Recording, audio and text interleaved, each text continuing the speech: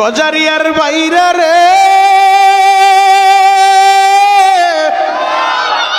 এই মানুষগুলা বানাইয়া আমার আল্লাহ চারটা কসম কইরা আবার জানায় দেয়, লাকাদ খলাকনাল ইনসানা ফি আহসানি তাকওয়িম।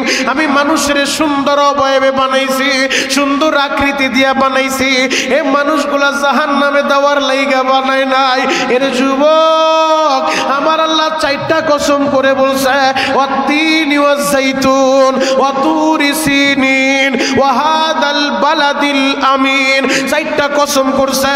আমার আল্লাহ কোনো কথা বলবো, আল্লাহর তো কসম করার দরকার নাই, এরপরও চারটা কসম করলো। এক নাম্বার কসম ওয়াত্তিন, তিনের কসম। দুই নাম্বার কসম ওয়াজ-যাইতুন, যাইতুনের কসম। তিন নাম্বার কসম ওয়াতুরি সিনিন, সিনাই পর্বত, ওই তুর পাহাড়ের কসম। যেই তুর পাহাড়ে দাঁড়াইয়া আল্লাহর পয়গম্বর মুসা আল্লাহর সাথে কথা বলে। যুবক রে, মুসা নবী তুর পাহাড়ে দাঁড়াইয়া আল্লাহর সাথে কথা বলে। একদিন আল্লাহর নবী মুসা আল্লাহর সাথে কথা বলতে বলতে মুসা এক পর্যায়ে বলে ফেলছে, আল্লাহ আর দূর থেকে কথা বলতে ভালো লাগে না, ও আল্লাহ আমি একটু তোমারে দেখতে চাই, আল্লাহ একটু সরাসরি আমারে দেখা দাও, রব্বি আরিনি, আল্লাহ আমি একটু দেখতে চাই। আল্লাহ বলে লাম তারনি, ও মুসা আমারে দেখলে তুমি সইতে পারবা না, ও মুসা পারবা না। মুসা বলে রব্বি আরিনি, আল্লাহ বলে লাম তারনি। মুসা বলে রব্বি আরিনি, আল্লাহ বলে লাম তারনি। মুসা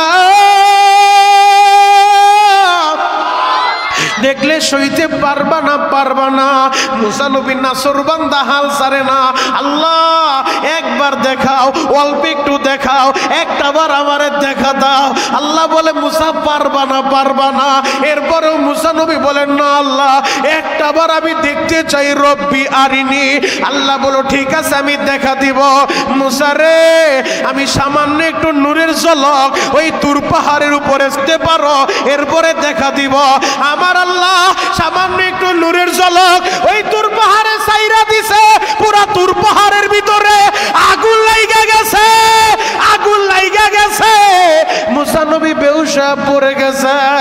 আমার গজারিয়ার যুবকেরা, ওই তুর পাহাড়ের কসমটা আমার আল্লাহ তিন নাম্বারে করলো, ওয়াতুরি সিনিন, ওই সিনাই পর্বত তুর পাহাড়ের কসম। চার নাম্বার আমার আল্লাহ কসম করলো, ওয়াহাদাল বালাদিল আমিন, নিরাপদ নগরী মক্কা নগরীর কসম। আল্লাহু আকবার। ওমরের মেজাজ গরম হয়ে গেছে, আমার বোন কালিমা পড়লো। ওমর একটা দৌড় মাইরা বোনের বাড়ির দিকে রওনা দিছে। গজারিয়ার বাইরা রে, বোনের বাড়িতে যাইয়া কোনো কথা নাই, ঘরের ভিতরে ডুইকাই ভগ্নিপতির গায়ে হাত উঠানো শুরু করছে। তোমাদের সাহস তো কম না, নবী মুহাম্মদের ধর্ম গ্রহণ করলা। যখন ভগ্নিপতিরে মারতে মারতে রক্তাক্ত করে ফেলছে, ওমরের বোন মাজার ভিতরে ওড়নাটা পেঁচায় বলে, ভাই আর একটা আঘাত আমার স্বামীর গায়ে করবা না। যেই বাবা খত্তবের রক্ত তোমার বডির ভিতরে, একই বাপ খত্তবের রক্ত আমার বডিতে, আমার স্বামীর গায়ে যদি আরেকবার হাত উঠাও আমি তোমারে ছেড়ে দিব না। ওমর এবার নরম হয়ে গেছে। বোন যখন গরম হয়েছে, ওমর হয়েছে নরম। ওমর বলে, বোন রে তাহলে তোরা কি পড়তেছিলে আমার একটু দে। ওমর বলে, ভাইজান আপনি নাপাক, নাপাক শরীরে কোরআনের এই অংশ ধরা যায় না, কোরআন ধরা যায় না। তখন তো পরিপূর্ণ কোরআন নাজিল হয় নাই। যে আয়াতগুলো নাজিল হয়েছে তারা ওই আয়াতগুলো পাতায় লেখা রাখতো, ওই আয়াতগুলো লেখা লেখা মুখস্থ করতো। বলে কোরআনের অংশ নাপাক অবস্থায় ধরা যায় না, কি করব? বলে আগে তুমি গোসল করো, পবিত্র হও। আল্লাহু আকবার। আরো জোরে বলেন আল্লাহু আকবার।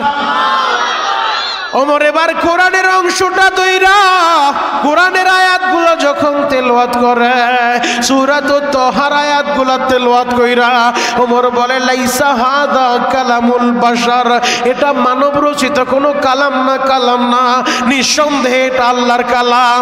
ওমর এবার বলে, বোন রে আমি কোন জায়গায় গেলে নবীরে পাবো, আমার একটু সন্ধান দাও, আমি নবীর কাছে যাইতে চাই রে বোন। এই কালাম মানব রচিত কালাম হইতে পারে না, এটা নিঃসন্দেহে আল্লাহর কালাম। ওমরের বোন বলে ভাইজান যদি নবীর কাছে যাইতে চাও, আমার দয়ার নবী মায়ের নবী হযরত আরকামের ঘরের ভিতরে, ওই আরকামের ঘরের ভিতরে গোপনে গোপনে কোরআনের তালিম দেয়, তুমি আরকামের বাড়ি চইলা যাও। ওমর একটা দৌড় মারছে হযরত আরকামের বাড়ির দিকে, এই দিক দিয়া আমার নবী হাত উঠে দোয়া করছে, ও দয়ার আল্লাহ মক্কার দুই ওমরের যে কোন একজন রে ইসলামের জন্য আপনি কবুল করে নেন। হয়তো খত্তবের বেটা ওমর রে হেদায়েত দেন, নয়তো আবু জাহেল রে হেদায়েত দেন, যে কোন একজন রে আপনি হেদায়েত দেন। আমার আল্লাহ তো তার নবীর দোয়াটা খত্তবের বেটা ওমরের জন্যই কবুল করে নিছে। ওমর তরবারি নিয়া হযরত আরকামের বাড়ির দিকে আসতেছে, এই দিক দিয়ে হযরত আবু বকর নজর করে দেখে ওমর যেইভাবে তরবারি নিয়ে আসতেছে, না জানি আজকে কোন ঘটন ঘইটা যায়। আবু বকর দৌড়ে আসে, নবী গো আমার বড় ভয় লাগে গো নবী, আমার বড় ডর লাগে গো নবী, ওই যে খত্তবের বেটা ওমর যেইভাবে আসতেছে, না জানি কোন ঘটন ঘইটা যায়। আমার নবী বললেন আবু বকর চিন্তার কোনো কারণ নাই, ও আবু বকর তুমি ঘরের দরজাটা ভালোভাবে খুইলা দাও, ওমরের আমার কাছে আসতে দাও। ঘরের দরজাটা ভালোভাবে খুইলা আবু বকর পাশে বসে আছে, ওমর ঘরের ভিতরে ঢুইকা আমার নবীর সামনে যাইয়া আদবের সহিত বসে পড়লেন। আল্লাহু আকবার। আদবের সাথে বৈশা নবীর সামনে তরবারিটা রাখছে, মাটিতে রাইখা বলে নবীজি এই যে তরবারি এইটা নিয়ে আসছিলাম, আপনার গর্দানটা আমি নিয়ে যাব, আপনার গর্দানটা নিতে পারলে মক্কার 100 লাল উট আমারে উপহার দিব। নবী গো এই যে তরবারিও দিলাম, আমি ওমরের গর্দানটাও দিলাম, দেরি করবেন না, দেরি করবেন না, এই মুহূর্তে আমারে কালিমা পড়ে আপনি মুসলমান বানায় দেন। আরো জোরে বলেন। আমার নবী কালিমা পড়ে যখন মুসলমান বানায় দিছে, এবার হযরত ওমর বলে নবীজি আপনি তো সত্য নবী। বলে হ্যাঁ। আপনার কোরআনও সত্য। বলে হ্যাঁ নবীজি, তাহলে আপনি সত্য নবী, আপনার ধর্ম সত্য, আপনার কোরআন সত্য, এই কোরআনের দাওয়াত আর গোপনে দিবেন না। ওমর রে মক্কার অবস্থা তো বেশি ভালো না, মক্কার বেঈমানগুলা সুযোগ পাইলে মুসলমানদের উপরে আক্রমণ করে। ওমর বলে নবীজি আপনি সামনে দাঁড়ান, আপনার সাহাবীরা আপনার পিছনে পিছনে দাঁড়াইব, আমি ভাইগা যাব না, আমি সার্বিক ব্যবস্থাপনা আছি। নবীজি চলেন কাবার চত্বরে আমরা যাব। আমার নবীর সামনে দাঁড় করাইছে, নবীর পিছনে পিছনে বাকি সাহাবীরা। এবার হযরত ওমর তাদেরকে সাথে নিয়ে একসাথে কাবার চত্বরে যায় ইসলামের ইতিহাসে প্রথম যে তাকবীরের আওয়াজটা উঠাইছে আল্লাহু আকবার। কাবার চত্বরে দাঁড়ায় আল্লাহু আকবার বলে যখন তাকবীরের আওয়াজটা উঠাইছে, এ তাকবীরের এত পাওয়ার, এত পাওয়ার, এ তাকবীরের আওয়াজ শুই না আবু জাহেল, উতবা, শাইবা, ওয়ালিদ ইবনে মুগীরা বেঈমানগুলো লাফায় ঘর থেকে নামছে। মক্কায় আবার কি হইল? ভূমিকম্প শুরু হয়ে গেল কিনা? কারণ তাকবীরের আওয়াজ শুনলে প্রতিটা বেঈমানের দিলের ভিতরে ভূমিকম্প উঠা যায়। কথা বলে ঠিক কিনা? এটা তো বললাম সাহাবীদের ইতিহাস, বেশি দূরে যেতে হবে না। আমার সোনার বাংলাদেশে শাহজালাল ইয়ামানি এসেছেন, সিলেটের জমিনে ঘুমায় আছেন। শাহজালাল ইয়ামানি বোমা নিয়ে আসে নাই, তরবারি নিয়ে আসে নাই। শাহজালাল ইয়ামানির বাড়ি কিন্তু সিলেটে না, শাহজালাল ইয়ামানি ইয়ামানের পীর ছিলেন। কথা বলেন ঠিক কিনা? ইয়ামান থেকে বাংলাদেশে আসছে, সিলেটে আসছে। কেন আসছে? মদিনার নবী স্বপ্নে যুগে আদেশ দিয়া তারে পাঠাইছে, শাহজালাল ইয়ামান ছাড়ো, খানকা ছাড়ো, বাংলাদেশে যাও। কেন? বাংলাদেশে জালিম একজন শাসক ছিল, নাম তার গৌর গোবিন্দ। যে গৌর গোবিন্দ মুসলমানদেরকে কোরবানি করতে দিত না, গরু জবাই করতে দিত না। ওই সিলেটের জমিনে বুরহানুদ্দিন আল্লাহর একজন দামি বান্দা, আল্লাহর একজন নবীর একজন আশেক বুরহানুদ্দিন, তারে আল্লাহ একটা ছেলে দান করছে। আকিকা করতে যায় যাইয়া একটা গরু জবাই করে এলাকার মানুষের খাওয়াইছে, ছেলের খুশিতে আকিকা করছে। এই কারণে জালিম গৌর গোবিন্দ আল্লাহর ওলি বুরহানুদ্দিন রে গ্রেফতার কইরা রাজ দরবারে আইনা বাবার চোখের সামনে দুধের বাচ্চাটার গলার ভিতরে ছুরি চালায় দিছে। অপরাধ একটাই ছিল, কেন গরু জবাই করলি? এই অপরাধের কারণে বাবার চোখের সামনে আহারে দুধের বাচ্চাটারে জবাই করে দিছে। গজারিয়ার বাইরা রে, বাবার চোখের সামনে যদি তার সন্তানের জবাই করে দেয়, এ পৃথিবীর কোনো বাবা সইতে পারে না। বুরহানুদ্দিন আল্লাহর ওলি চোখের পানি চাইরা আমার মাওলারে ডাক দিছে, ও দয়ার আল্লাহ, আমার ক্ষমতা নাই, আমার শক্তি নাই রে আল্লাহ। আল্লাহ আমার ছেলেটারে জবাই করে দিল, আল্লাহ জালিমের বিচার তুমি করবা।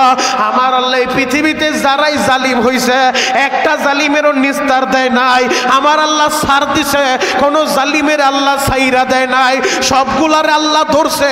আল্লাহর ধরা বড় শক্ত ধরা, কথা বলেন ঠিক কিনা? আমার আল্লাহ যদি ধরে দম ছাড়ার টাইম দেব না, কথা বলেন ঠিক কিনা? আল্লাহ যদি ধরে ইঁদুরের মতো চুবায় চুবায় মারবো, কথা বলেন ঠিক কিনা? আল্লাহ যদি ধরে ল্যাংড়া মশা দিয়া সাইজ করবো, কথা বলেন ঠিক কিনা? যুবক, বুরহানুদ্দিন যখন দোয়া করছে, মাজলুমের দোয়া আল্লাহ কবুল কইরা নিছে। আমার আল্লাহ স্বপ্নে যুগে মদিনার নবীর মাধ্যমে আদেশ দিছে, শাহজালাল ইয়ামানিরে খানকা ছাড়ো, বাংলাদেশে যাও, জালিম গৌর গোবিন্দের বিরুদ্ধে জিহাদ করা লাগবো। শাহজালাল ইয়ামানি তরবারি আনে নাই, বোমা আনে নাই, কামান আনে নাই, এক হাতে তসবিহ আর এক হাতে জায়নামাজ নিয়ে 360 জন মুরিদরে নিয়ে রওনা দিছে।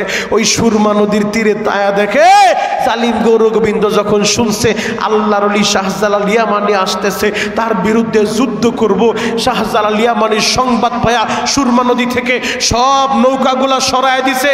কোনো নৌকা নাই, মাঝি নাই, মাল্লা নাই, পারাপারের কোনো ব্যবস্থা নাই। শাহজালাল ইয়ামানি সুরমা নদীর তীরে দাঁড়ায়, ডানে তাকায়, বামে তাকায়, পারাপারের কোনো ব্যবস্থা নাই। কেমনে নদী পারি হব, কেমনে সিলেটের জমিনে ডুববো? আল্লাহর ওলি চিন্তা করে, যেই যায় নামাজে দাঁড়ায় নামাজ পড়লে 30,000 বছরের রাস্তা পুলটা পার করায় দিব, ওই যায় নামাজের সাহায্য আল্লাহ চাইলে নদীও পার করাইতে পারে, কথা বলা ঠিক না? এই চিন্তা করে এক পা সামনে দেয়, আবার দুই পা পিছনে আসে। আমি তো নবী না, আমি তো নবীর সাহাবিও না, আমার কথা কি আর নদীর পানিতে শুনবো? নবীর সাহাবিদের কথা নদীর পানিতে শুনছে, জিহাদের ময়দানে গেছে, পানির উপর দিয়া ঘোড়া চালায় দিছে, ঘোড়ার খুরটা পর্যন্ত ভিজে নাই। আমি তো নবীর সাহাবি না। আবার চিন্তা করে, আমি নবী না, নবীর সাহাবি না, আমি নিজে আসি নাই, নবী আমারে আদেশ দিয়া পাঠাইছে, আমারে নবীর স্বপ্নে যুগে আদেশ দিছে। এই চিন্তা কইরা আল্লাহর উপরে ভরসা কইরা যায় নামাজ বিছায় দিছে। আমার আল্লাহ মাঝি ছাড়া, মাল্লা ছাড়া, আমার আল্লাহ নৌকা ছাড়া তাদেরকে ওই নদী পার করায় দিছে। আল্লাহু আকবার। গজারিয়ার বাইরা রে, সিলেটের জমিনে আইসা আল্লাহর ওলি শাহজালাল ইয়ামানি একটা বোমা মারে নাই, একটা ককলেটও ফুটায় নাই, তরবারি দিয়ে আঘাত করে নাই, বুল্লুজার দিয়া বিল্ডিংটা ভাঙা দেয় নাই। ওই গৌর গোবিন্দের বিল্ডিং এর সামনে দাঁড়াইয়া, উঁচা টিলার উপরে দাঁড়াইয়া আজান দিতে বলছে, আমার মুরিদেরা একজন দাঁড়ায় আজান শুরু করো। আল্লাহু আকবার বলে যখন আজান দিছে, আল্লাহু আকবারের এত পাওয়ার, এত পাওয়ার, এ তাকবীরের আওয়াজ শুই না, আল্লাহু আকবারের আওয়াজ শুই না, জালিম গৌর গোবিন্দ পিছন দরজা দিয়া পালায় গেছে। ওই গৌর গোবিন্দের বিল্ডিং এর ইটাগুলা বালু থেকে আলাদা হইয়া খসে খসে পড়ে গেছে। আজকেও যদি গজারিয়ার যুবকেরা মর্দে মুজাহিদের মতো, শাহজালাল ইয়ামানির মতো, ওমর ইবনুল খাত্তাবের মতো, মুহাম্মদ বিন কাসেমের মতো, তারেক বিন জিয়াদের মতো মুষ্টিবদ্ধ করে তোমরাও ময়দানে আল্লাহু আকবার ধ্বনি দিয়া দাঁড়ায় যাইতে পারো। 95% মুসলমানের দেশে যারা নবীর বিরুদ্ধে কথা বলে, ইসলামের বিরুদ্ধে কথা বলে, কোরআনের বিরুদ্ধে কথা বলে, ওই নাস্তিকগুলা পালানোর জায়গা খুঁজে পাবে না, জায়গা খুঁজে পাবে না। কথা বলেন ঠিক কিনা? আরো জোরে বলেন ঠিক কিনা? তাহলে আল্লাহু আকবারে তাকবীরের আওয়াজ দেওয়ার দরকার আছে না নাই? আরো জোরে বলেন আছে না নাই? এ মাইকালা ভাই কই গেলা? বক্স একটা আমার কানের দিকে তাড়াতাড়ি ঘুরাও, কথা বলতে কষ্ট হইতেছে। আল্লাহু আকবার বলেন তো। খারাপ লাগতাছে? শেষ করে দিব? চলবে? চলবে? আল্লাহু আকবার বলেন তো। হে যুবক ভাইরা, হাজী সাহেব বাবাজিরা ডানে বামে নজর নাই, এক নজরে তাকায় থাকেন গো বাবা। এই পৃথিবীতে আপনিও থাকবেন না, এই পৃথিবীতে আমিও থাকবো না, তবে যে কোরআন আল্লাহ আমাদেরকে দিছে এই কোরআন নিয়ে আমরা বাঁচতে চাই। কথা বলেন ঠিক কি না? যুবক, এই কোরআনের জন্য নবী যদি মায়ের খাইতে পারে, তাহলে তুমি কারণ এই কোরআনের জন্য মায়ের খাইতে পারবা না। পরিস্থিতি যদি এমন এসে যায় কোরআনের জন্য আমাদেরকে ফাঁসির কাস্টে ঝুলতে হবে, ফাঁসির মঞ্চে দাঁড়ায় আমরা পরিষ্কার জানায় দিব আমরা কোরআন নিয়ে বাঁচতে চাই, কোরআন নিয়ে মরতে চাই। কথা বলেন ঠিক কিনা? আরো জোরে বলতে হবে ঠিক কিনা? একটা আয়াত আপনাদের সামনে আমি তেলাওয়াত করছি, এই আয়াতকে সামনে নিয়ে কিছু সময় আলোচনা করব।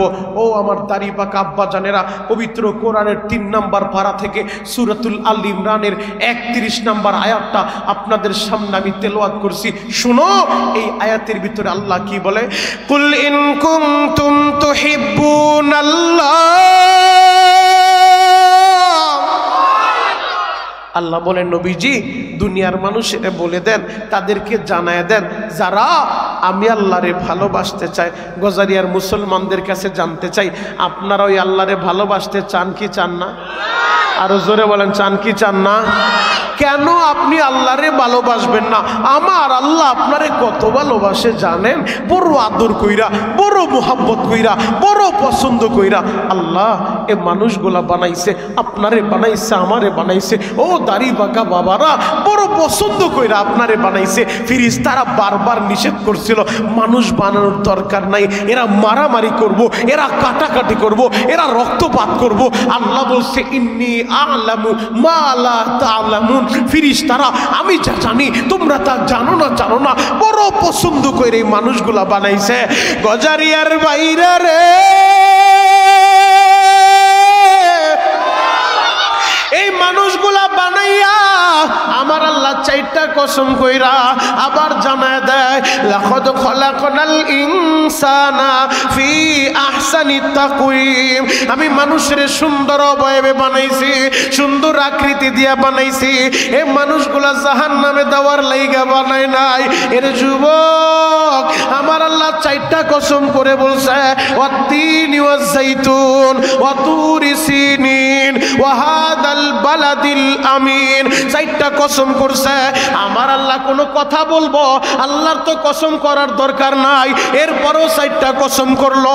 1 নাম্বার কসম ওয়াত-তিন, তিনের কসম। 2 নাম্বার কসম ওয়াজ-যাইতুন, যাইতুনের কসম। 3 নাম্বার কসম ওয়াতুরি সিনিন, সিনাই পর্বত, ওই তুর পাহাড়ের কসম। যেই তুর পাহাড়ে দাঁড়াইয়া আল্লাহর পয়গম্বর মুসা আল্লাহর সাথে কথা বলে। যুবক রে, মুসা নবী তুর পাহাড়ে দাঁড়াইয়া আল্লাহর সাথে কথা বলে। একদিন আল্লাহর নবী মুসা আল্লাহর সাথে কথা বলতে বলতে মুসা এক পর্যায়ে বলে ফেলছে, আল্লাহ আর দূর থেকে কথা বলতে ভালো লাগে না, ও আল্লাহ আমি একটু তোমারে দেখতে চাই, আল্লাহ একটু সরাসরি আমারে দেখা দাও। রব্বি আরিনি, আল্লাহ আমি একটু দেখতে চাই। আল্লাহ বলে লাম তারনি, ও মুসা আমারে দেখলে তুমি সইতে পারবা না, ও মুসা পারবা না। মুসা বলে রব্বি আরিনি, আল্লাহ বলে লাম তারনি। মুসা বলে রব্বি আরিনি, আল্লাহ বলে লাম তারনি। মুসা দেখলে সইতে পারবা না, পারবা না। মুসা নবী নাসরবান্দা হাল ছাড়ে না, আল্লাহ একবার দেখাও, অল্প একটু দেখাও, একটাবার আমারে দেখা দাও।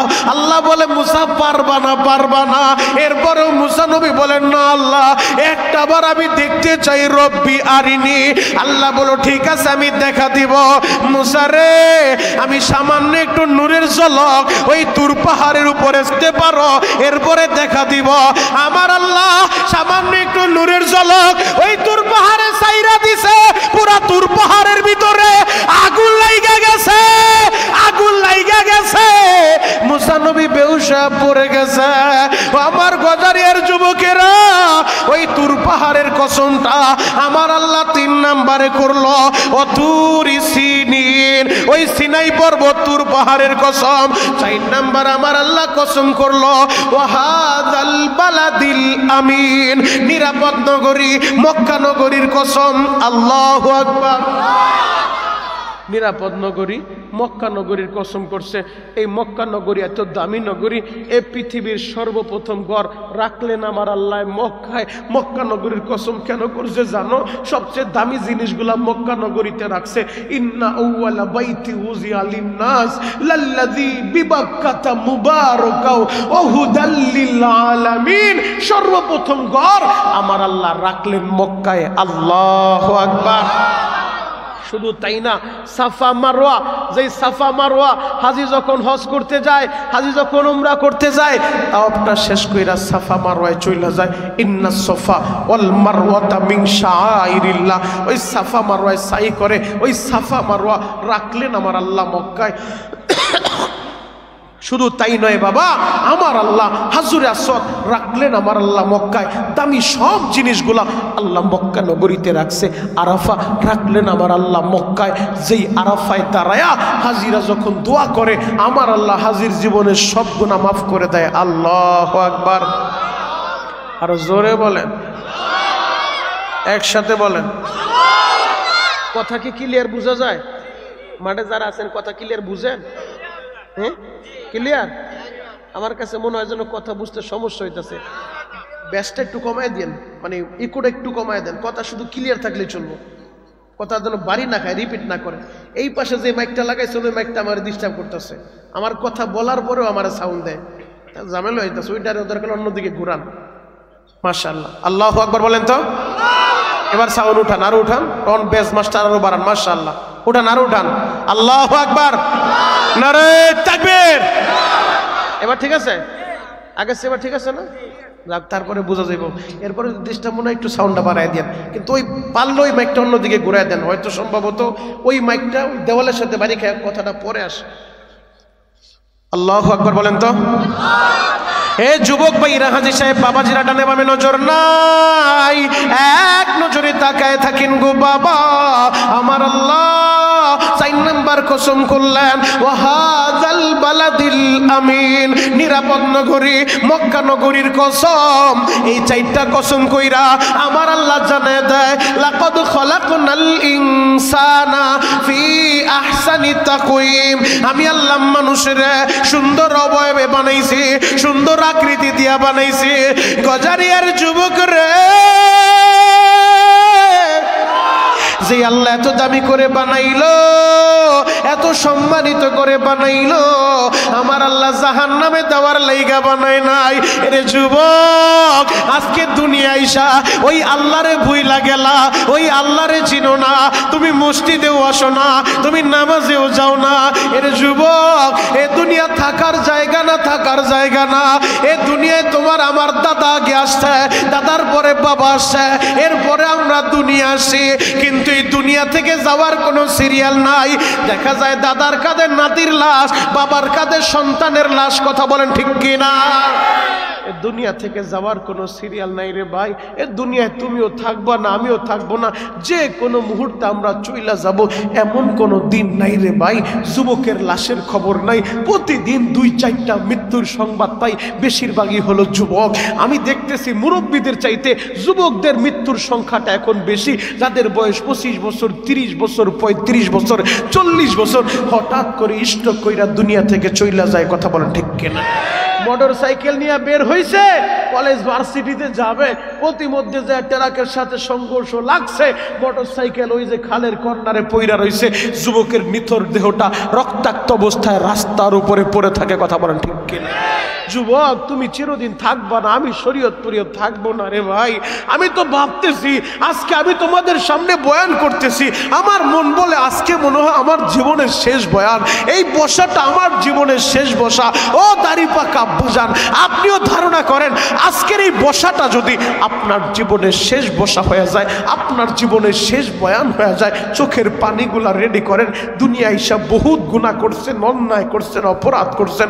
2 দিন আগে শবে বরাত গেল, যেই শবে বরাতে অগণিত অসংখ্য জাহান্নামের আসামির আল্লাহ মাফ কইরা দিল, কিন্তু ওই কপাল পোড়া মুশরিকদেরকে আল্লাহ মাফ করে নাই, যারা আল্লাহরে বাদ দিয়া অন্যরে সেজদা দেয়, যারা আল্লাহরে বাদ দিয়া গায়রুল্লাহর ইবাদত করে, ওই মুশরিকদেরকে আল্লাহ মাফ করে নাই। 2 নম্বরে মুশাহিদ হিংসুকদেরকে আল্লাহ মাফ করে নাই। 3 নম্বর আত্মীয়তার বন্ধ ছিন্নকারীদেরকে আল্লাহ মাফ করে নাই। 4 নম্বর মা বাবার অবাধ্য সন্তানগুলারে আল্লাহ মাফ করে নাই। ও যুবক, যদি তোমাদের মা বাবার সাথে সম্পর্ক খারাপ থাকে, রমজান আসার আগে এখনো সুযোগ আছে, বাড়িতে যায় আজকের বয়ানের পরে মার হাত ধরে বলবা, মা তুমি আমারে মাফ না করলে বলে আমার আল্লাহ মাফ করবো না, মা গো দাও না তুমি আমারে মাফ কইরা। মার দোয়া নিয়া যদি চলতে পারো, আমার আল্লাহ তোমারে কবুল করবো। কথা বলেন ঠিক কিনা? যুবক ভাই, আমি তোমাদের পায়ে হাত রেখা বলে যাই, ওরে যুবক, এই সবে বরাতেও আল্লাহ যদি কাউরে মাফ না করে থাকে, আমি তো মনে করি তার মতো হতভাগা আর কেউ হতে পারে না রে ভাই। যুবক রে, ওই দুনিয়া থেকে তুমিও থাকবা না, আমিও থাকবো না, যিনি থাকার তিনি থাকেন নাই। আমাদের নবী, যার জন্য গোটা জগৎ আল্লাহ সাজাইছে, ওই নবীও তো থাকতে পারে নাই, ফেরেশতারাও থাকবো না। যেই মালাকুল মউত আজরাইল মানুষের জানটা বের করে নিয়ে যায়, ওই মালাকুল মউত আজরাইল সেও থাকবে না, তার জানটাও বের করা লাগবে, সব শেষ হয়ে যাবে। একজন মাত্র বাকি থাকবেন, তিনি কে? চিৎকার মেরে বলেন তিনি কে? আরো জোরে বলেন তিনি কে? যুবক ভাইরা রে,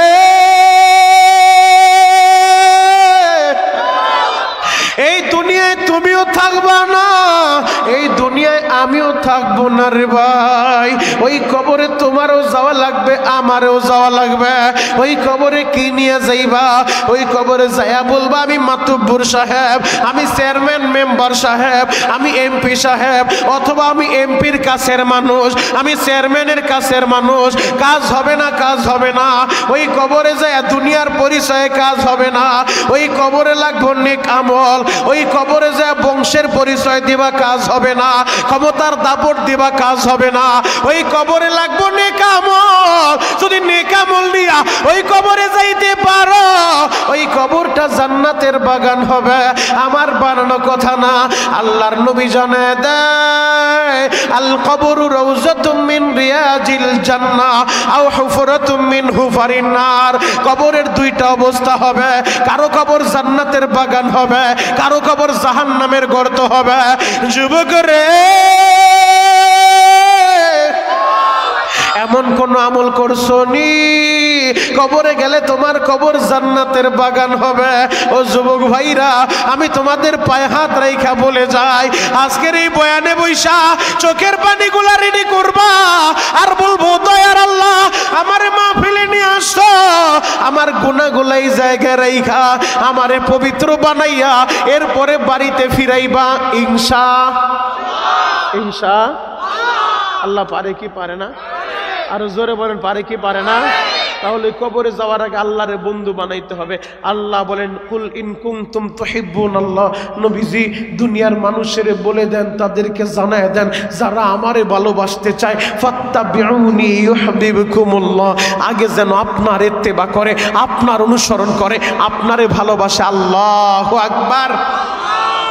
আল্লাহরে ভালোবাসতে চাইলে আগে নবীরে ভালোবাসো। আর নবীরে যদি ভালোবাসতে চাও, শুনো বুখারীর থেকে দলিল নাও, মান আহাব্বা সুন্নতি ফাকাদ আহাব্বানি। নবীজি বলছে যে আমার সুন্নত ভালোবাসবো, সে যেন আমারই ভালোবাসলো। তার মানে বোঝা যায় নবীর সুন্নত ভালোবাসলে আল্লাহর নবীর ভালোবাসা পাওয়া যায়, আর নবীর ভালোবাসা পাইলে আল্লাহর ভালোবাসা পাওয়া যায়। আল্লাহর ভালোবাসা পাইলে ওয়াগফির লাকুম যুনুবাকুম, আমার আল্লাহ তার জীবনের সব গুনাহ মাফ করে দিবে। আর জোরে বলে, আপনাদের মন খারাপ, বাড়িতে গ্যাঞ্জাম হইছে, তাহলে এত দামি কথা বললাম, সুবহানাল্লাহর আওয়াজ নাই। দাঁড়ান, এবার যদি বলি সুবহানাল্লাহর আওয়াজ হবে তো ইনশাআল্লাহ। যারা আল্লাহরে ভালোবাসবে, আমার আল্লাহ তাদের জীবনের সব গুনাহ মাফ করে দেবে। আপনি কি জানেন একবার সুবহানাল্লাহ বললে কত লাভ? একবার সুবহানাল্লাহ বলবেন গজারিয়া এই মিয়াবাড়ি মাদ্রাসার মাহফিলে বইসা আমার আল্লাহ আপনার নাম, আপনার বাবার নাম, দাদার নাম, পরদাদার নাম সহ জান্নাতের ভিতরে একটা সুবহানাল্লাহর গাছ লাগায় দিবে। গজারিয়ার মানুষ অনেক চালাক, এদেরকে হারানো তো সোজা না। আমি বলার সাথে সাথে তো জান্নাতের ভিতরে গাছ একটা লাগায় দিচ্ছে। এই যে আরেকটা লেগে গেছে, আরেকটা লেগে গেছে, দেন না আরেকটা লাগায়। বাবার জন্য একটা লাগায় দেন, মার জন্য একটা লাগায় দেন, নিজের জন্য একটা লাগায় দেন। আল্লাহু আকবার। তাহলে আমরা আল্লাহরে ভালোবাসতে চাই, আর আল্লাহরে ভালোবাসতে চাইলে নবীরে ভালোবাসতে হবে, নবীরে ভালোবাসতে চাইলে নবীর সুন্নত পালন করতে হবে। আর সাহাবায়ে কেরাম তো আমাদেরকে দেখায় গেছে, শিখায় গেছে নবীজিরে কিভাবে ভালোবাসতে হয়। জ্বলন্ত একটা প্রমাণ আপনাদের সামনে আমি তুলে ধরবো। নবীর সাহাবীরা আমার নবীরে কতটা বেশি ভালোবাসে। যুবক, তোমাদের সামনে উদাহরণটা এজন্যই দিব যাতে তোমাদের বুঝতে সহজ হয় নবীর সাহাবীরা নবীর জন্য কতটা পাগল ছিল। আল্লাহর নবীর সাথে তার সাহাবী জিহাদের ময়দানে চইলা গেছে।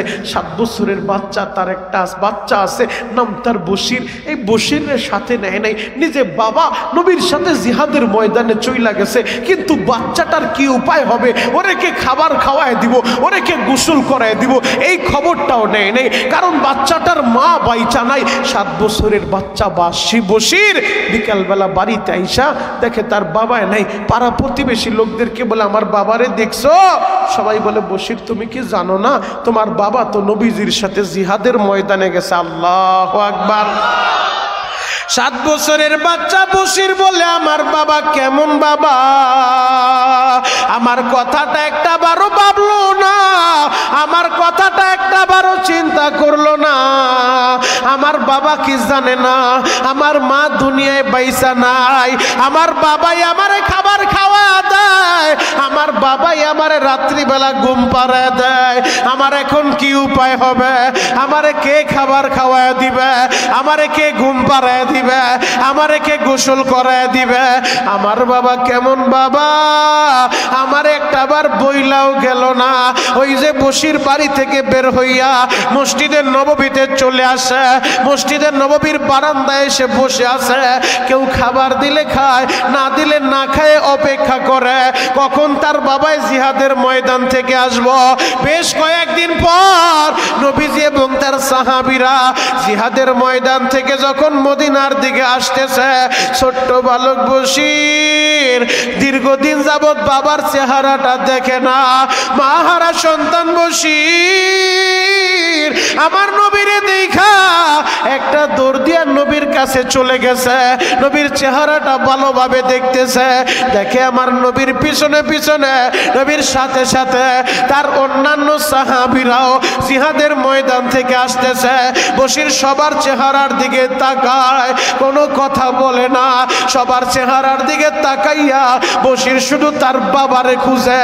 আমার বাবাই কই? আমার বাবা দিয়ে এখনো আসলো না। আমার বাবা সবাই জিহাদের ময়দান থেকে চলে আসলো, আমার বাবাই দিয়ে আইলো না। আমার বাবা কেমন বাবা গো? আমার বাবার কি আমার কথাটা একটাবার মনে পড়ে না। বশির দেখে সব সাহাবীরা চলে আসে, তার বাবাই তো আসে নাই। এখন বাবারে কই খুঁজবো? এবার ছোট্ট বালক বশির বুক ভরা সাহস নিয়া আমার নবীর কাছে চইলা গেছে। আমার নবীর সামনে দাঁড়াইয়া ছোট্ট ছেলে বশির চোখের পানি দিয়া কাঁদে আর বলে নবী গো আমার বাবা কই? ইয়া রাসূলুল্লাহ, ইয়া হাবিবাল্লাহ, নবীজি আপনার সাথে যারাই জিহাদের ময়দানে গেছে আমি সবার চেহারাটাই দেখলাম, সবাই ফিরে আইলো, আমার বাবাই দিয়ে এখনো আসলো না। নবী গো আমার বাবার কি আমার কথাটা মনে পড়ে না? আমি কার সাথে ঘুমাইতেছি, কার সাথে খাবার খাইতেছি, আমার কি উপায় হবে? আমার কথাটা কি বাবাই একবারও ভাবলো না? আমার বাবা দিয়ে এখনো আসলো না। আমার নবী কোনো কথা বলে না নবী তার চেহারাটা ডান দিকে ঘুরায় নিছে। এবার ছোট্ট ছেলে বসির একটা দৌড় দিয়া নবীর ডান পাশে আবার আইসা বলেন, নবী গো আপনি দি কোনো কথার জবাব দেন না। নবীজি আমার বাবা কই আপনি বলেন।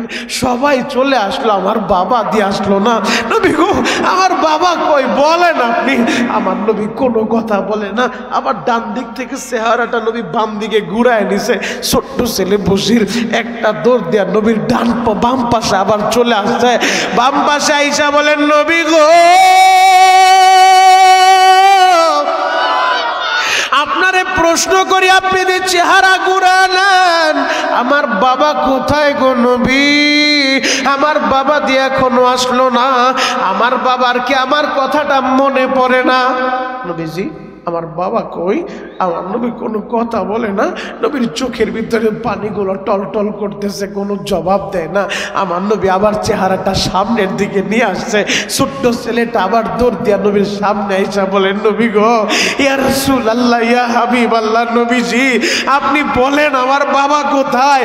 আমার বাবারে দিয়ে আমি দেখি না গো নবী, আমার বাবা কই? আমার নবী দাঁড়ানো অবস্থায় ছিল, বসে পড়ছে। ছোট্ট ছেলে বসিরে বুকের সাথে জড়াইয়া আমার নবী কান্দে আর বলে, বসির রে আমি কেমনে তোরে বুঝাই রে বাবা, তোর বাবা আর দুনিয়ায় বাইসা নাই। ও বশির তোর বাবা তো শহীদ হয়ে গেছে রে বাবা। আমি মুহাম্মদ ওই জান্নাত থেকে তোর বাবারে আইনা আমি তোর সামনে দাঁড় করাইতে পারবো না। তবে আমি মুহাম্মদ জানায় দিলাম আমি বাকি জীবনটা তোরে ছেলের মতো ভালোবাসবো রে বশির। এরপরও বশির বাবারা কান্দে। বশিরের বাবা শিক্ষা দিয়া গেল, ছেলের চাইতো নবীরে বেশি ভালোবাসে। ছেলের মায়ায় পইরা কোরআনের জন্য নবীর সাথে জিহাদের ময়দানে যাইব। ছেলের মোহাব্বত তারে ফিরায় রাখতে পারে নাই। নবীর সাথে রণাঙ্গনে চইলা গেছে, ছেলের দিকেও তাকায় নাই। গজারিয়ার যুবক রে সব কিছুর চাইতে ওই নবীরে বেশি ভালোবাসতে হবে রে বাবা। আমি জানি না তোমাদের কার বাবা বাইচা নাই, আমি জানি না তোমাদের কার মা বাইচা নাই। এর যুবক এই তো 2 দিন আগে সবে বরাত গেল, আমার আল্লাহ সবাই রে মাফ করলো। ওই কপাল পোড়া ছেলেরে কিন্তু মাফ করে নাই, যার অ্যাকাউন্টে মা বাবার বর্দ আছে। ও আমার গজারিয়ার যুবকেরা কত গুনাহ তুমি করছো রে ভাই, তোদের পা দুইটা আগা দে, আমি তোদের পা দুইরা বলে যাই। এই গুনাহগার বান্দা বান্দির ডাকটা আমার আল্লাহ বড় পছন্দ করে। গুনাহগার বান্দা বান্দির ডাকটা আমার আল্লাহ বড় মহব্বত করে। যুবক রে গুনাহগার বান্দার ডাক আমার আল্লাহ কত দ্রুত কবুল করে জানোনি? জ্বলন্ত একটা প্রমাণ আমি তোমাদের সামনে এখন তুলে ধরব। যুবক 20 বছর নামাজ পড়ো না, 30 বছর নামাজ পড়ো না। ও যুবক 20 বছর রমজানের রোজাটা রাখো নাই। আজকের এই মাহফিলে বৈশা ওয়াদা কইরা যাইবা, ও দয়ার আল্লাহ আমারে মাফ করে দাও গো, আমি আর নামাজ ছাড়বো না, আমি আর রোজা ছাড়বো না, আমি আর মায়েরে কষ্ট দিব না, আমি আর বাবারে কষ্ট দিব না।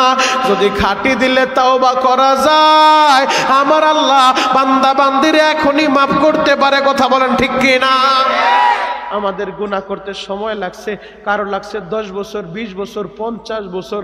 ও দাড়ি পাকা আব্বাজান 1 মিনিট সময় আপনারে আমি দিব। ও কলিজার টুকরা যুবকগুলা 1 মিনিট টাইম আমি তোমাদেরকে দিব। ও পর্দার আমাদের মা বোনেরা 1 মিনিট সময় আমি আপনাদেরকে দিলাম।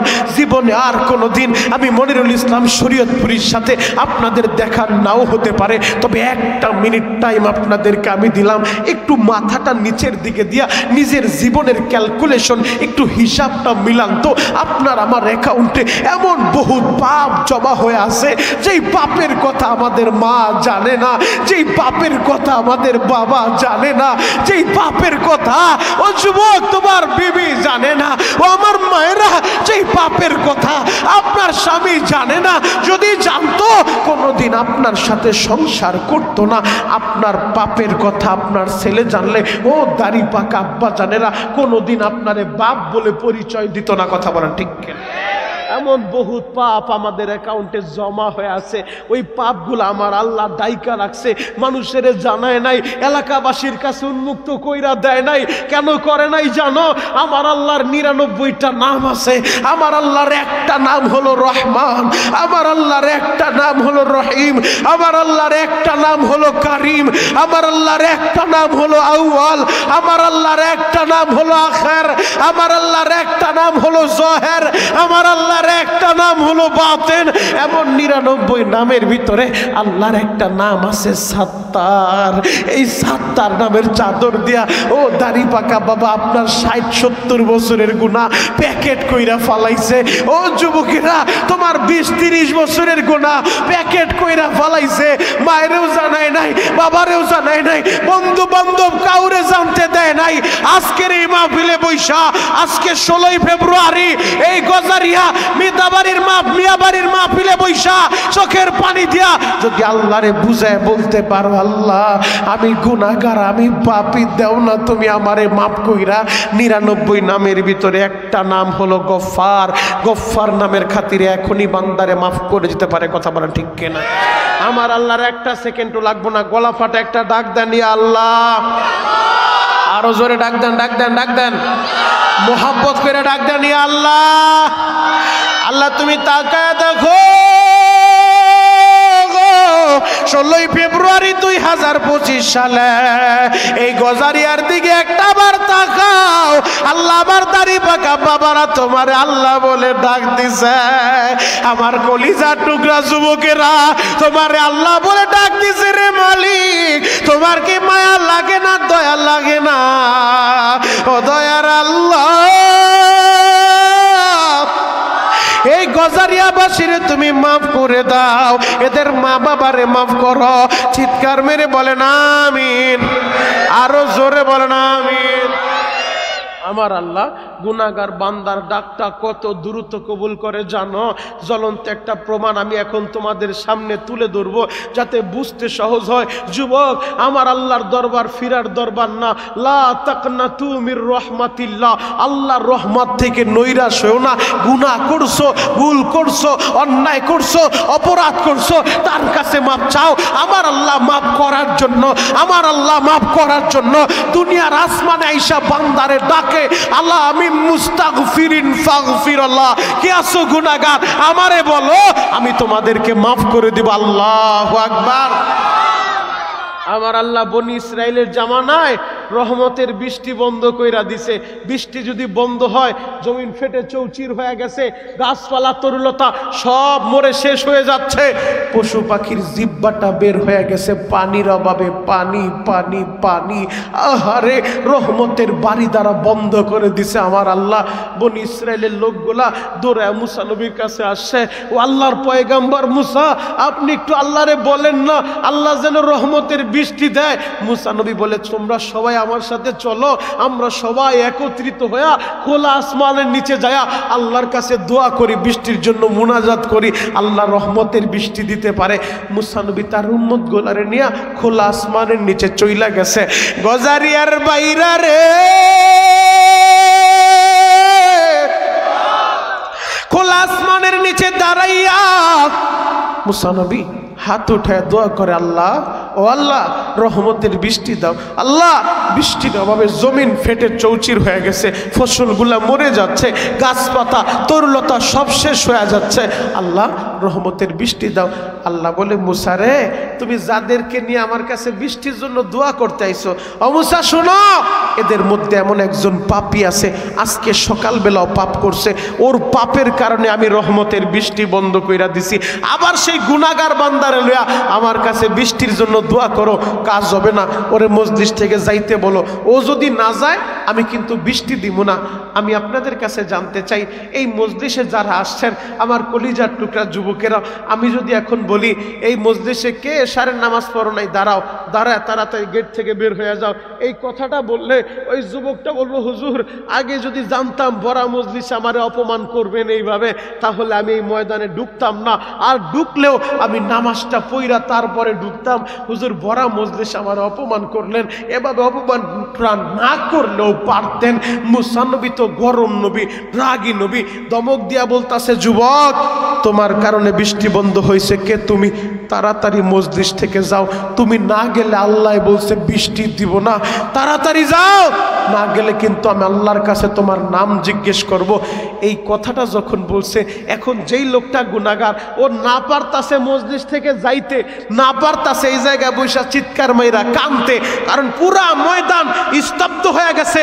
একজন আর একজনের দিকে তাকায়, কি হলো কি হলো, পুরা ময়দান স্তব্ধ। কে এত বড় পাপী যার কারণে আল্লাহ রহমতের বৃষ্টি বন্ধ করে দিল? আজকে সকালবেলাও গুনাহ করছে, সবাই একজন আর একজনের দিকে তাকায়। এখন যে গুনাহ করছে ও তো দাঁড়াইতে সাহস পায় না, ও দাঁড়াইলে সব মানুষের থুতু মারবো, তোর কারণে আল্লাহ বৃষ্টি বন্ধ করছে। লজ্জায় মুখ দেখাইতে পারবো না, আত্মহত্যা করতে হবে। কথা বলেন ঠিক কি? লজ্জায় কিভাবে মুখ দেখাবে এই সমাজে? এজন্য তো দাঁড়াইতেও পারে না। এখন মাথাটা নিচের দিকে দিয়া চিৎকার মাইরা যে কানবো, ওই সুযোগটাও নাই। এমন একটা চিপার ভিতরে পড়ছে, না পারে ভাগতে, না পারে চিৎকার মাইরা কানতে। কি করব? মাথাটা নিচের দিকে দিয়া গুনাহগার বান্দায় আমার আল্লাহরে ডাক দিছে, ও দয়ার আল্লাহ, তুমি পারতা আমার নামটা মুসা নবীর কাছে বলে দিতে, তুমি আমার নামটা বলো নাই রে আল্লাহ। ও আল্লাহ, তুমি যেহেতু নামটা আমার প্রকাশ করে দাও নাই, আমার নামটা গোপন রাখছো, আল্লাহ আমি যে গুনাহ করছি তুমি তো ভালো করেই জানো। আল্লাহ আমার গুনাহটা তুমি গোপনে মাফ করো, আল্লাহ তুমি আমার গুনাহটা মাফ করো। আমি আর গুনাহ করব না, আমি আর অন্যায় করব না, আমি আর অপরাধ করব না। মুসা নবী বলে, তাড়াতাড়ি যাও, না গেলে আল্লাহ বৃষ্টি দিব না। আল্লাহ বলছে, আর গুনাহগার বান্দা মাথা নিচের দিকে দিয়ে আল্লাহরে ডাকতেছে। আমার আল্লাহ গুনাহগার বান্দার ডাক এত দ্রুত কবুল করছে, মুহূর্তের ভিতরে মাথার উপরে মেঘমালা চলে আসছে, রহমতের বৃষ্টি শুরু হয়ে গেছে, বৃষ্টি শুরু হয়ে গেছে। মুসা নবী বলে, মালিক রে, আপনি বললেন এই মজলিসে গুনাহগার বান্দা আছে, ও যদি না যায় বৃষ্টি দিবেন না। ও আল্লাহ, মজলিস থেকে কেউ যায় নাই। আল্লাহ, আল্লাহ মজলিস থেকে কেউ যায় নাই, আপনি দি রহমতের বৃষ্টি দিলেন, আমারে তো বিপদে ফালাইলেন। এমনি বনি ইসরাইল এই জাতি বেকা জাতি, এদের ডাইনে বললে এরা বামে যায়, এদের নামাজের কথা বললে বলে আমাকে আলু খেতে পানি দিতে হইব, আমাকে পেঁয়াজের ক্ষেত কোবাইতে হইব, অনেক কাজ আছে মুসা, আমাদের এই সময় নেই যে নামাজ পড়বো। আল্লাহ ডাইনে বললে বামে যায়, আমারে মানতে চায় না। এখন তুমি বললা মজলিসে একজন গুনাহগার আছে, ও না গেলে তুমি বৃষ্টিও দিবা না। আল্লাহ কেউ যায় নাই, আমি তো দাঁড়ায় বলতাছি যাওয়ার জন্য, কেউ যায় নাই, কেউ উঠেও নাই, তুমি রহমতের বৃষ্টি দিলা। আল্লাহ এখন তো তারা আমারে মিথ্যাবাদী বলবো যে মুসা তোমার কথার ভিতরে তো কোনো সত্যতা নাই, তোমার কথার সাথে তো কোনো মিল নাই। তুমি বললা গুনাহগার বান্দা আছে যার লাইগা বৃষ্টি বন্ধ হয়েছে, ও না গেলে বৃষ্টি দিব না। কই কেউ তো গেল না, বৃষ্টি তো হলো। আল্লাহ আমি তো বিপদে পড়ে গেলাম। আমার আল্লাহ বলে, মুসা রে, আমি যে গুনাহগারের কারণে রহমতের বৃষ্টি বন্ধ করে দিছি, ও মুসা আমার ওই বান্দার কারণে আমি আবার রহমতের বৃষ্টি দিলাম। আল্লাহ কেমনে কি হইল? বলে, মুসা তুমি যখন বলছো এই মজলিস টিলায় রহমতের বৃষ্টি দিব না, আমি তোমার নামটা প্রকাশ করে দিব, তুমি যখন এইভাবে তারে ঘোষণা করতেছো বারবার, আমার ওই বান্দা, আমার ওই হারানো বান্দা, আমার ওই গুনাহগার বান্দা আমারে আল্লাহ বলে ডাক দিছে, মুসা রে, আমার হারানো বান্দা আমার যখন ডাক দিছে রে মুসা, আমার কলিজাটা মোমের মতো কইলা যায়, আমার আমার গুনাহগার বান্দা আমারে ডাক দিলে আমি তো জবাব না দিয়া পারি না। ও যুবক, এই জবানটার দিকে আমার আল্লাহ তাকায় থাকে। এই জবানটা দিয়া এই দুনিয়ায় আইসা তুমি কত মানুষের ডাক দিলা, কত মানুষের খুশি করলা রে ভাই। ও আমার গজারিয়ার ভাইরা, ও পর্দারের মা বোনেরা, আল্লাহর দেওয়া জবান দিয়া এ দুনিয়ার মানুষের কথা বইলা খুশি করলা। যদি আল্লাহর দেওয়া জবানটা দিয়া আমার আল্লাহরে ডাকটা দিতা, আমার আল্লাহরে আল্লাহ বইলা ডাক দিতা, আমার আল্লাহও তো খুশি হয়ে যাইতো। সবাই জবানটা খুইলা আমার আল্লাহরে ডাক দেন না আল্লাহ। আরো জোরে ডাক দেন, ডাক দেন, ডাক দেন, ডাক দেন, আরো জোরে ডাক দেন আল্লাহ। নিজের হাতে বান্দা তুমি মাওলা বানায়া কেমনে দিবা জাহান্নামে ফালায়া। ও দয়ার আল্লাহ,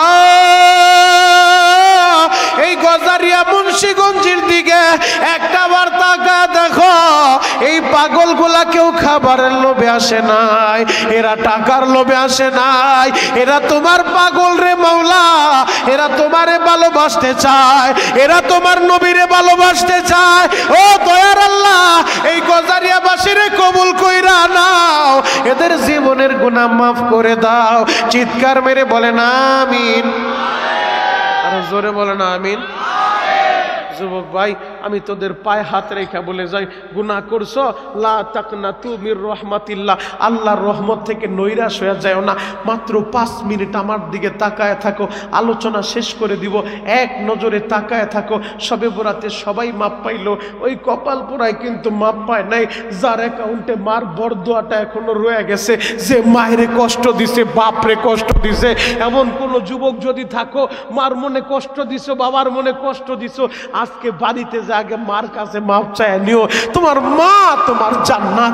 আমি বলি নাই, আমার নবী বলছে হুমা জান্নাতুকা ওয়া নারুকা। তোমার মা বাবাই তোমার জান্নাত, তোমার মা বাবাই তোমার জাহান্নাম।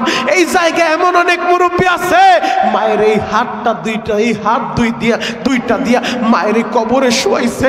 অনেকে এমনও আছে এই হাত দুইটা দিয়া বাবারে মাটি দিছে। ও বাবারা ছেলেরা, ও মাহারা ছেলেরা, এখন বসে বসে চিৎকার মেরে মেরে কান বার বলবো, আল্লাহ আমার মায়েরে মাফ করো, আমার বাবারে মাফ করো। আল্লাহ আমার মার কবরে জাহান্নামের আযাব দিও না, আমার বাবার কবরে জাহান্নামের আযাব দিও না। যুবক রে, আমার নবী ছিল এতিম, আমার নবী জানে এতিমের মনে কত জ্বালা। আমার নবী এই দুনিয়ায় এসে কোনোদিন বাবারে দেখে নাই রে ভাই, কোনোদিন বাবার কোলে ওঠে নাই। যুবক, তোমাদের যাদের বাপ নাই এখন বসে বসে কাঁদবার, বলবো আল্লাহ আমার নবীও ছিল এতিম, আমারও বানাইছো তুমি এতিম। আমার নবী এই দুনিয়ায় এসে কোনোদিন বাবার চেহারা দেখে নাই। নবী দুনিয়া আসার আগেই তার বাবা আব্দুল্লাহ মারা গেছে। 6 বছর যখন আমার নবীর বয়স, নবী তার বাবার কবর দেখতে গিয়েছিল। বাবার কবর দেখতে যায়া আসার সময় মা আমেনারও হারায়া চির এতিম হয়ে গেছে রে ভাই। এরপরে নবীর দাদা আব্দুল মুত্তালিব আমার নবীর দেখাশোনা করে, আমার নবীরে ঘুম পাড়ায় দেয়, আমার নবীরে ভালোবাসা দেয়, আমার নবীর যা কিছু দরকার দাদা এখন দেখাশোনা করে। নবীর বয়স যখন 8 বছর, 8 বছর বয়সে তার দাদা আব্দুল মুত্তালিব দুনিয়া ছাইরা চইলা গেছে। দাদার লাশের পাশে বইসা আমার নবী অবিশ্রুতে চোখের পানিগুলা জড়াইতাছে, চেহারাটা মলিন হয়ে গেছে। পাশ থেকে তার চাচা আবু তালেব আমার নবীর বুকে জড়ায় বলে, মুহাম্মদ রে, আমি বুঝতে পারছি বাতিজা তোমার মনে কত জ্বালা। ও মুহাম্মদ, আমি বুঝতে পারছি রে বাতিজা, তোমার মনে কত জ্বালা, কত জ্বালা। এ দুনিয়ায় এসে বাবারে দেখো নাই, 6 বছর বয়সে মায়েরে হারাইলা, 8 বছর বয়সে দাদারেও হারাইলা। এখন কে তোমারে দেখা রাখবো, কে তোমারে আদর দিব? ও মুহাম্মদ, আমি তোমার চাচা, আমি আবু তালেব, আমি তোমারে ভালোবাসবো, আমি তোমারে খাবার খাওয়ায় দিব, আমি খাইলে তুমিও খাইবা, আমি না খায়া থাকলে তুমিও না খায়া থাকবা। ও মুহাম্মদ তুমি চিন্তা কইরো না। আমার নবীরে তার চাচা আবু তালেব বুকের সাথে জড়া নিল বাবা। ও আমার বাবারা বাইরা, ও আমার মাহারা বাইরা, এক নজরে আমার দিকে তাকায় থাকো, চোখের পানি দিয়া আমার আল্লাহরে বুঝায় বলবা, আল্লাহ আমার মায়েরে তুমি মাফ করে দাও, আমার বাবারে তুমি মাফ করে দাও। আমি জানি না রে ভাই কার মা দুনিয়ায় বাইচা নাই, আমি জানি না কার বাবা দুনিয়ায় বাইচা নাই। গজারিয়ার যুবক রে, মা কারে বলে রে ভাই, এ জাতির কপাল তেমনি এমনি পড়ে না। আজকে নেশা কইরা অনেক যুবক তার মায়েরে মারে, নেশা কইরা অনেক যুবক তার বাবারে মারে রে ভাই। গতকালকে মোবাইলের ভিতরে একটা ভিডিও দেখা সইতে পারি নাই। আহারে 17-18 বছরের একটা পোলা ওই ব্রাহ্মণবাড়িয়ায় নিজের হাত দিয়া মায়েরে কোবাইয়া কোবাইয়া এই দুনিয়া থেকে বিদায় করে দিল। নিজের মায়ের যেই মা 10 মাস 10 দিন গর্ভে ধারণ করলো, যেই মা 2.5 বছর সন্তানের দুধ খাওয়াইলো, যেই মা নিজে না খাইয়া সন্তানের খাওয়াইলো, এই ছেলে মায়ের নিজের হাতে জবাই করে দিছে। পুলিশ ভাইরা হ্যান্ডকাপ লাগাইয়া পুলিশ ভাই জিজ্ঞেস করে, কে তোমাকে এমনে, তুমি তোমার মায়েরে মারলা? বলে এমনি মারছি। কি কারণে মারলা? বলে কোনো কারণ নাই, এমনি মারছি। 3 বার যখন প্রশ্ন করছে, কোনো কারণ ছাড়া তো কেউ মারে না। বলো কেন তুমি মারলা? বলে এমনি রাগ থেকে মারছি। তোমার রাগটা কেন হইল? বলে আমার মা আমারে ঘর থেকে বের হইতে দেয় না, বন্ধুদের সাথে যাইতে দেয় না, কারণ মা দেখতেছে তার ছেলেটা খারাপ সঙ্গ পায়া গেছে, তার ছেলেটা নেশাখোরদের সাথে চলে, এই জন্য মা দুঃখিনী। ছেলেরে ভালো করার লাইগা নেশাখোরদের সাথে মিশতে দেয় না। এই ছেলেটা এই রাগ থেকে মায়েরে জবাই কইরা দিল, মায়েরে দুনিয়া থেকে বিদায় কইরা দিল। গজারিয়ার যুবক রে,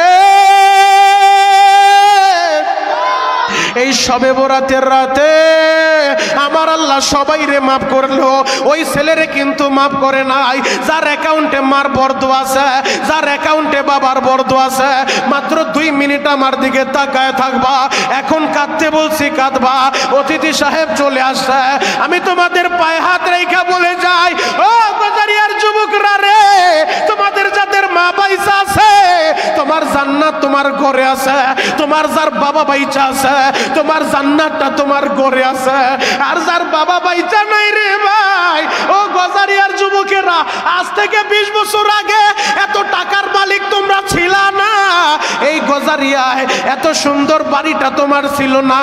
আজ থেকে 20 বছর 30 বছর আগে তোমার বাবা দুখু মিয়া শীতের সময় আহারে নদীর ভিতরে চইলা গেছে, শীতের সময় মাছ ধইরা, শীতের সময় কুলির কাজ কইরা, শীতের সময় পরের আলু খেতে কামলা দিয়া তোমার আমার লেখাপড়ার খরচ দিছে।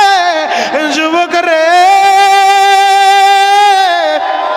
আজকে তুমি টাকার মালিক, আজকে গাড়ির মালিক, বাড়ির মালিক, আজকে টাকার মালিক হইয়া অনেক কপাল পোড়া ওই বাবারে চিনে না, ওই মায়েরে চিনে না। এমন বহু যুবক আছে আজকে মা বাবার খবরটাও নেয় না। আমি তো কেরানীগঞ্জে সুবাড্ডা কেন্দ্রীয় মসজিদের জুমা পড়াই, একজন দাড়ি পাকা মুরব্বী আপনাদের এই মুন্সিগঞ্জ টঙ্গী বাড়ির জুমার এক মুহূর্তে আমার হাতটা ধইরা চোখের পানি ছেড়ে দিছে। বলে হুজুর, সেই ছেলের লাইগা জীবন যৌবন সব বিলীন করে দিলাম, ওর মা অসুস্থ ঘরে পড়ে আছে, এক পাতা ঔষধটাও কিনে দেয় না, এক পাতা ঔষধ কেনার টাকাটাও দেয় না। এই কষ্ট আমি কারে বলবো? ও আমার গজারিয়ার যুবকেরা, আহারে ওই মা যার বাইচা আছে, বাবা বাইচা আছে, ওই মা বাবার মনে কষ্ট দিও না।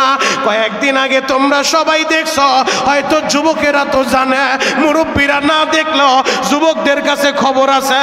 ওই গাজীপুর জয়দেবপুরে তোমরা কি অনলাইনের ভিতরে দেখো নাই, রাত 2টার সময় কপাল পোড়া ছেলে বাবারে গাড়ি বইরা নিয়া রাত 2টার সময় শীতের ভিতরে বাবারে জঙ্গলে ফালায়া দিছে।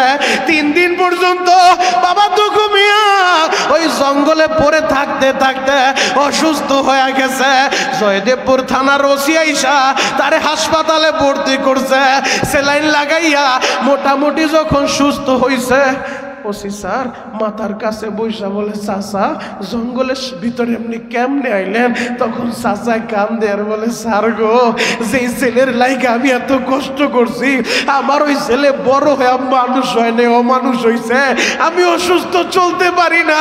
আমারে রাত 2টার সময় বলে, বাবা গাড়িতে উঠো। আমি গাড়িতে উঠলাম, স্যার আমারে জঙ্গলের সামনে আই না ধাক্কা মাইরা জঙ্গলে পালায় দিয়া আমার ছেলে গাড়ি নিয়ে চইলা গেল। পিছন দিক থেকে এত চিৎকার মারলাম, আমার দিকে একটা বারও তাকাইলো না। গজারিয়ার যুবক রে, ওই কপাল পোড়া বাবারে জঙ্গলে ফেলে দেয়। এই ময়দানে এমন অনেক মা হারা বাপ হারা ছেলে আসে, বসে বসে কান্দে, মা বাইচা নাই, বাপ বাইচা নাই। সবে বরাতে যেই মা নিজের হাতে সন্তানদের রান্না করে খাওয়াইতো, এবছর সবে বরাত গেল, মার হাতের খাবারটা নসিব হয় নাই। সবে বরাতে বাবার হাতটা ধইরা মসজিদে যাইতো, নামাজ পড়তো, এবছর সবে বরাত গেল, বাবারে আর দেখতে পারে নাই। ও যুবক, তোমরা যারা ওই মা হারাইছো রে ভাই, কারা কারা মায়ের মাটি দিছে একটু হাতটা দেখি তো। কার কার মা বাইচা নাই তারা হাত উঁচু করেন, আর কার কার বাপ বাইচা নাই আর একটা হাত উঁচু করেন। যুবক, তোমাদের যাদের মা আছে বাপ আছে, তোমরা একটু তাকায় দেখো ডানে বামে, মা হারা সন্তানরা হাত উঠাইছে, বাপ হারা সন্তানেরা হাত উঠাইছে। আল্লাহ, এদের মনে যে কত জ্বালা তুমি যারা কেউ জানে না। আল্লাহ, মা হারা বাপ হারা সন্তানদের চোখের পানির খাতিরে এদের মা বাবার কবর এখনই জান্নাতের বাগান বানায় দেন। চিৎকার মেরে বলেন আমিন, আরো জোরে বলেন আমিন। যুবক ভাই, তাহলে তোমরা আমার সাথে একটা ওয়াদা দিবা, আজকে বয়ানের পরে বাড়িতে যায়া তুমি তোমার মার হাতটা ধইরা মাপটা চায়া নিও। বলবা, মা, মনিরুল ইসলাম শরীয়তপুরি বলে গেছে তুমি আমার জান্নাত, মা তুমি আমারে মাপ না করলে আমার আল্লাহ বলে মাফ করব না। ও মা, তুমি আমারে মাফ করে দাও। আজকে বাড়িতে যায় মার কাছে মাপ চাইবা তো ইনশাআল্লাহ? মাপ চাইবা তো ভাই ইনশাআল্লাহ? যাদের মা বাইচা আছে তলবেলেম বাবাজিরা মার দোয়া নিয়ে চলবা। মার দোয়া তোমার সাথে থাকলে পৃথিবীর কোথাও তুমি ঠেকবা না। এই মাদ্রাসায় আমার অনেক এতিম ছেলে আছে, এতিমের মনে কত জ্বালা জানো? কেরানীগঞ্জে আমার 4টা মাদ্রাসা আমি জানি। আমি তোমাদেরকে বাস্তব একটা কথা বইলা যাই, মাদ্রাসায় মাঝে মধ্যে আইসা খবর নিও। অনেক এমন এতিম আছে যার মা নাই, বাপ নাই, যার মা নাই, ওর পৃথিবীতে কেউ নাই রে ভাই। মার মতো দরদি পৃথিবীর কোথাও মিলবো না রে ভাই। আজকে বয়ানের পরে বাড়িতে যাইবা, যা দেখবা সবাই ঘুমাইলো, একজন দরদি আছে যে ঘুমায় না, তার নাম হলো মা। ছেলে যদি নেশাখোর হয়, খারাপ হয়, রাত যত গভীর হয়, ছেলে বাড়িতে না আসা পর্যন্ত মা ঘুমাইতে পারে না। কথা বলেন ঠিক কিনা? আর যার মা নাই তার জন্য পৃথিবীতে কেউ অপেক্ষা করব না রে ভাই। মা কারে বলে? আমি বাস্তব একটা কথা তোমাদেরকে বলে যাই, আমার মাদ্রাসা বন্ধ দিয়া বন্ধের 3 দিন পরে মাহফিলের সময় তো প্রতিদিন যেতে পারি না, বন্ধের 3 দিন পরে আমার মাদ্রাসা আমি গেছি। যাওয়ার পরে দেখি দারোয়ান আছে, শিক্ষক একজন আছে পাহারাদারি করার লাইগা। এই যে বাচ্চাটা বসে আছে সামনে, ওদের মতো হেফজোখানার একটা ছেলে বসে, ও মাদ্রাসায়, ও বাড়ি যায় নাই। আমি অফিসে ঢুকে ওর আগে ডাকলাম, বাবা সবাই বাড়ি গেছে, তুমি কি বাড়ি যাইবা না? এই কথাটা যখন বলছি হাজী সাহেব, দেখি ছেলের চেহারাটা অন্ধকার হয়ে গেছে, চোখের কর্নারে পানি টলটল করতেছে, কি যেন বলতে চায়, সাহস পায় না। আমি বললাম, বাবা ভয় নাই, তুমি বাড়ি যাইবা না? বাড়ি কই?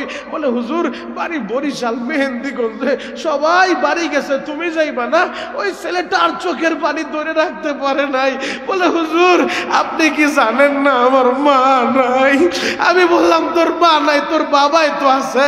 বলে, হুজুর আমার মা যখন আমার রাইকা কবরে চইলা গেছে, আমার মা যখন মারা গেছে, আমার বাবা আর একটা বিয়ে করছে।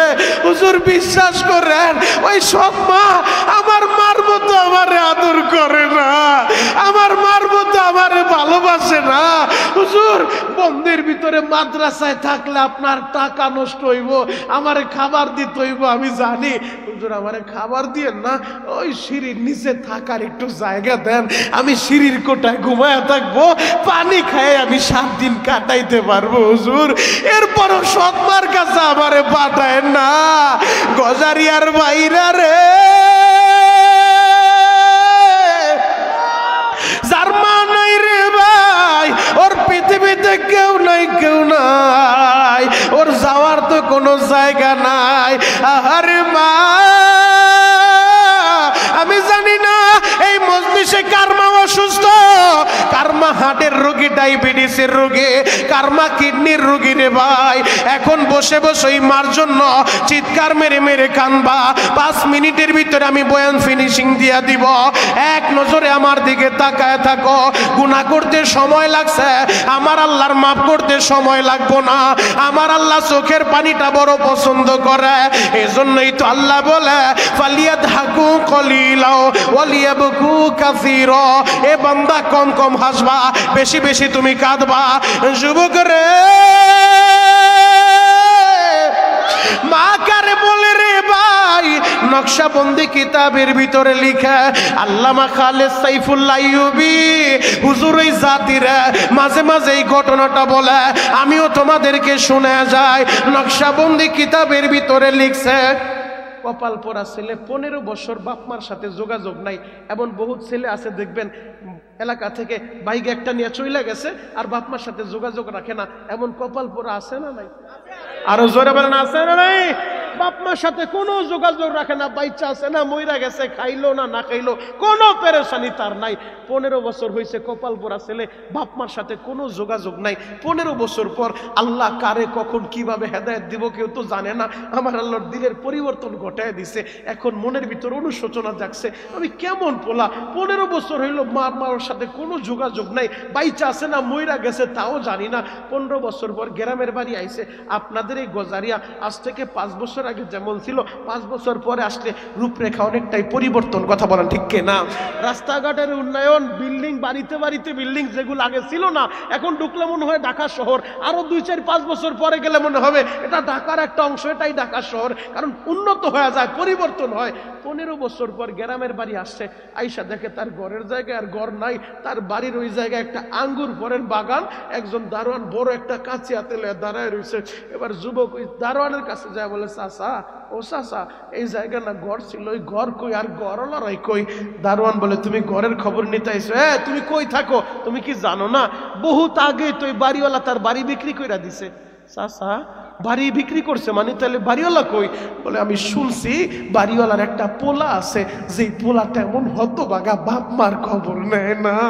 ওই পোলার জন্য কাঁদতে কাঁদতে তার বাবা অসুস্থ রোগী হয়ে গেছে, তার মা অসুস্থ হয়ে গেছে, বাবার অসুস্থতার ট্রিটমেন্ট করার জন্য বাড়ি বিক্রি করছে।